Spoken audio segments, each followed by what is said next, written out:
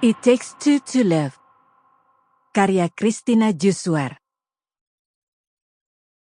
Bab 1. Banyak televisi swasta di Indonesia menayangkan infotainment berisi gosip-gosip seputar aktris. Isinya sangat beragam. Ada yang bercerai, berantem, yang mau kawin, bahkan yang mau masuk penjara gara-gara narkoba.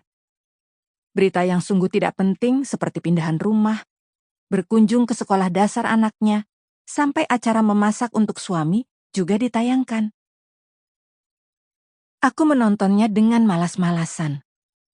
Mataku tertuju ke layar televisi, tetapi pikiranku melayang-layang separuh melamun. Entah memikirkan apa. Semua isi tayangan hanya lewat sepintas. Itulah kebiasaan yang kunikmati setiap sore.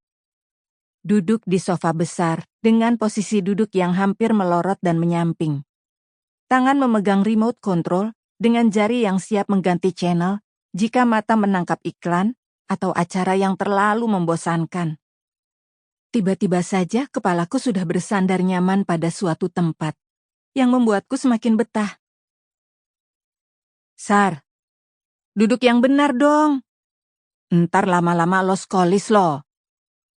Bentak Iggy kepada aku sambil mengedikan bahu agar kepalaku menyingkir dari sana. Ia melakukan itu karena kepalaku di bahunya dan membuat cowok itu risih. Apalagi dengan rambutku yang panjang menggelitik leher dan pipinya. Skoliosis. Aku meralat ucapan Iggy tetap dengan suara malas. Aku mencoba duduk tegak. Tapi apa mau dikata? Sepertinya tubuhku memang menjadi tidak bertulang. Sekarang yang lebih parah lagi, kepalaku sudah berada di pangkuan Iggy. Dan dengan enaknya, aku memejamkan mata sedikit rapat karena mengantuk. Aduh, kok jadi tambah ngantuk begini ya? Iggy yang pahanya menjadi korban kekejaman kepalaku yang berambut lebat dan panjang, hanya bisa menggeleng-geleng geli, jengkel, dan bete. Biasanya kalau sudah begitu, akan terjadi perang bantal yang cukup dahsyat.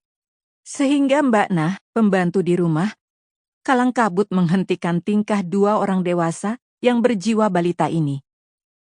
Tetapi sepertinya Iggy sedang malas meladeniku yang menjadikan pahanya seolah bantal bulu angsa yang nyaman dan empuk untuk ditiduri. Rumahku memang sepi, terutama pada jam-jam segini. Yang ada hanya aku, Iggy, dan Mbak Nah yang sekarang sibuk di dapur untuk menyiapkan makan malam. Ya, kalau dipikir-pikir, Iggy memang termasuk penghuni rumah ini. Dia terkadang menginap. Jika tidak, otomatis hanya aku dan Mbak Nah saja yang menempati rumah ini. Siapa yang mempunyai rumah ini? Tentu saja kedua orang tuaku.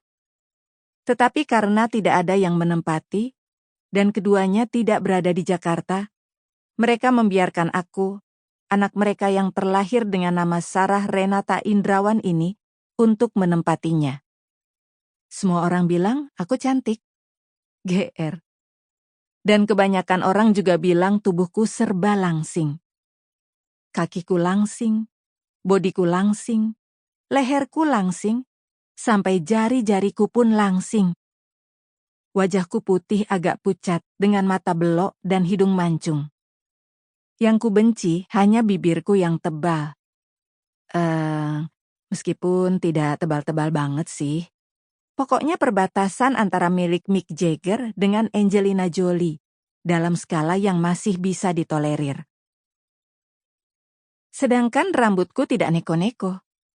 Dari zaman dahulu tetap berpotongan ala Jennifer Aniston, pemeran Rachel di film komedi Friends yang terkenal itu, dan yang sempat menjadi obsesi para perempuan di seluruh dunia.